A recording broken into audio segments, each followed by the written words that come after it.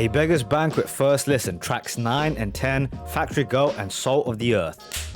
Track 9 on Beggar's Banquet is called Factory Girl. Apparently there's a knack for Hollywood for making Rolling Stones song titles into Hollywood movies. So apparently this is the same. There's a Hollywood film called Factory Girl. It's very similar to an Appalachian folk tune, especially due to its minimal arrangement. And Charlie Watts, the drummer, spoke about the percussion on this track and how he used sticks instead of using his hand on the tabla, which is an Indian style of drum. Usually use your hands, but it hurts a ton when you do so. It's a difficult technique to learn, very painful if you're not trained. So here we go. Let's check out Factory Girl.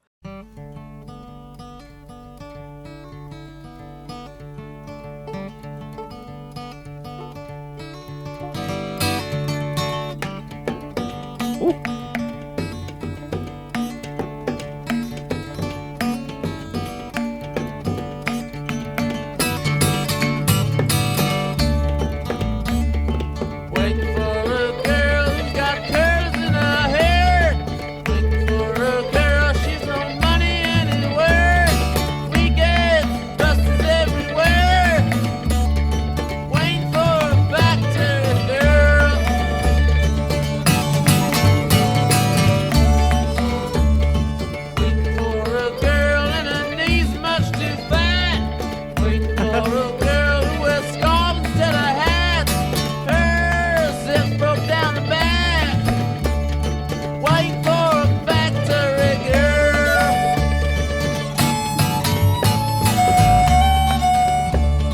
Never heard a song that sounds remotely like this, man. This is super different. I think the very fiddly kind of sound is a mandolin, and there's a violin being played at the same time as well. Really interesting combinations of sounds, especially because this album takes so much from American blues and country and gospel music, but it also takes from Eastern sounds at the same time with the tabla.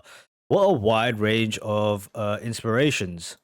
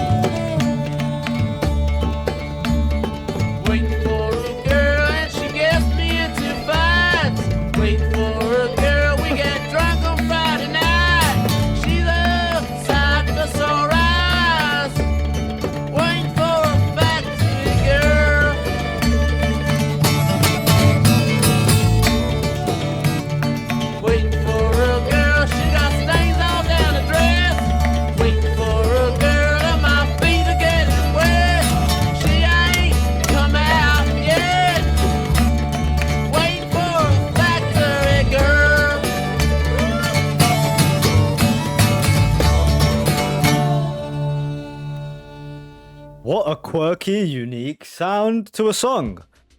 Do I love it? No. But is it interesting as hell? Yes. Now, what is a Factory Girl?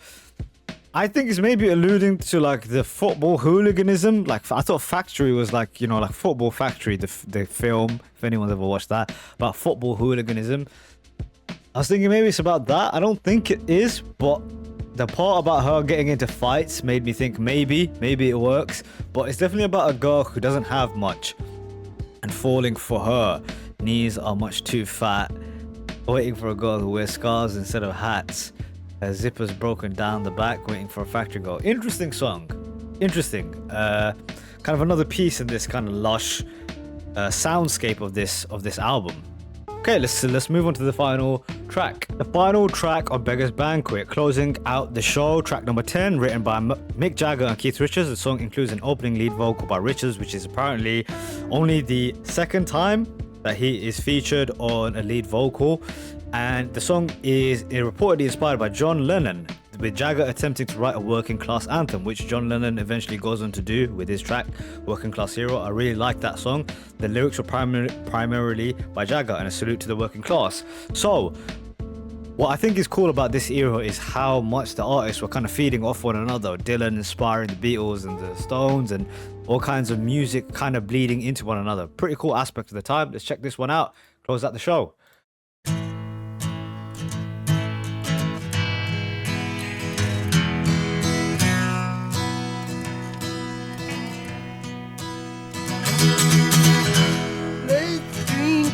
the hard-working people. That's Keith Richards. Drink to the lonely of birth. Raise your glass to the good and the evil. Let's drink to the salt of the earth. Say a prayer for the common foot soldier. Spare a thought for his back-breaking work. Say a prayer for his wife and his children, who burn the fires and who still till the earth.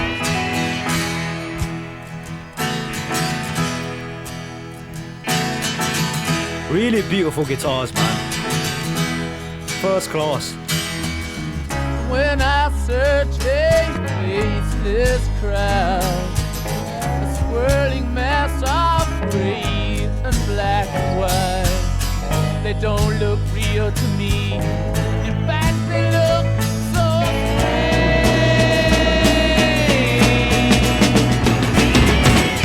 Raise your glass to the hard-working people. Let's drink to the uncounted heads. So we mentioned Lennon in the intro of the track and his track Working Class Hero. A lot of people told me about that song that Lennon was actually grew up more privileged than McCartney, and it was like maybe a bit curious for him to write a song like that. And I don't quite agree with that. I mean, what's slightly better than Lennon was that he lived on a little bit of a better side of Liverpool. But I mean, those people didn't have much money themselves. It's not like he was living well off. I think it doesn't matter. Coming from someone who comes from a very working class background, I think if the song is sincere and, you know, someone who grew up in difficulties, I think it's fine. And Mick and Keith, I believe both of them also grew up pretty humble. I think Mick went to quite a privileged school. He went to like London School of Economics, LSE, I believe, which would make him like decently well off. But I think Keith Richards came from very, very humble beginnings. So I'm pretty sure it's coming from a sincere place. The wavering millions, leading the campers instead. Still thought for the stay-at-home voter. Empty eyes gave the strange TV show. Richards and Jagger harmony. The gray-suited grafters, just the cancer of polio.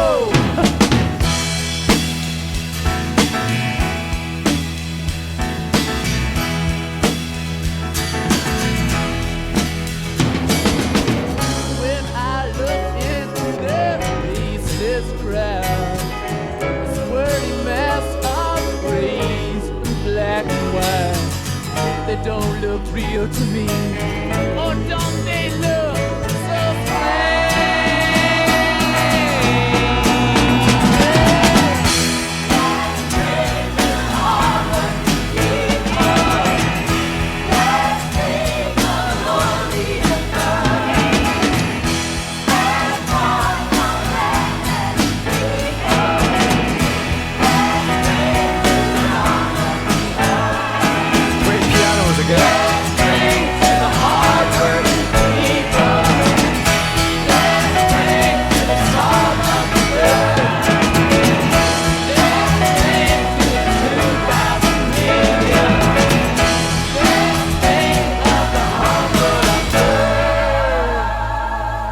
What a rare event, the two of them singing together. I didn't ever think that would happen because the Lennon and McCartney vocals and their ability to kind of harmonize with each other is so fantastic.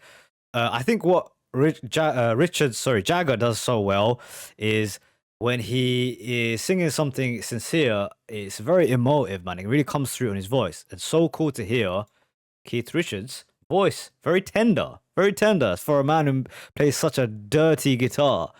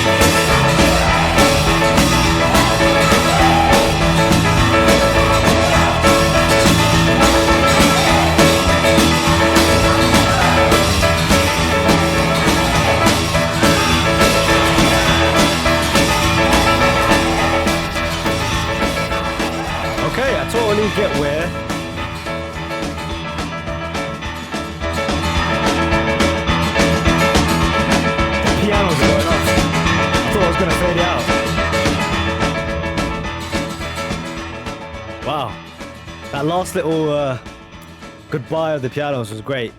Great track to finish the theme of what I think the album was off really well. It is a album about almost like the forgotten people of the world, or maybe the lower class people. Beggars, Banquet, it's named that for a reason. Even the sounds that inspire the music are taken from the blues, gospel music, country music, you know, heartbroken down music. I can see now where Tumbling Dice, the song from Exile on Main Street, gets its style from, with the gospel choir elements at the end of this track. And I think a lot of the basis for the great music I hear later from the different records I've heard, the different songs I've heard, you can hear it all in this, right? The dirty blues, the raunchy styles, attitudes, and topics are all here, and they eventually go on to expand it. Thought it was a great album with a couple of low points. I didn't like when they kind of imitated other tracks and music. I think of the song Dear Doctor with the country kind of voice that he put on. Not Parachute Woman, Jigsaw Puzzle, which was kind of an attempt at Dylan. And there was one more, maybe Prodigal Son was it. Didn't love that one as much. But all in all, I kind of understand, I feel like the dynamic or the themes of the album pretty damn well. The sound of it is quite brilliant if you ask me, man. And what I understand is that it was a real comeback for the band too. So they returned to what they do really well. The last contributions of Brian Jones as well on this one, who added all these really interesting sprinkles throughout this thing. Talking about sprinkles, you have Nicky Hopkins on the piano, who I thought was great throughout. But I think the star of the show is that combination of Jagger and Richards. They are the heart and soul of the band, with the great guitar playing of Richards, whether he's doing a lead or an electric or whatever the case is, man. He's always so creative and different. And then Jagger with the vocals, the attitude, the lyrics. Great stuff in general, man. I look forward to doing the next album, which I think is Let It Bleed, which is supposedly another fantastic album of theirs. And I'll catch you guys on that video. Peace out.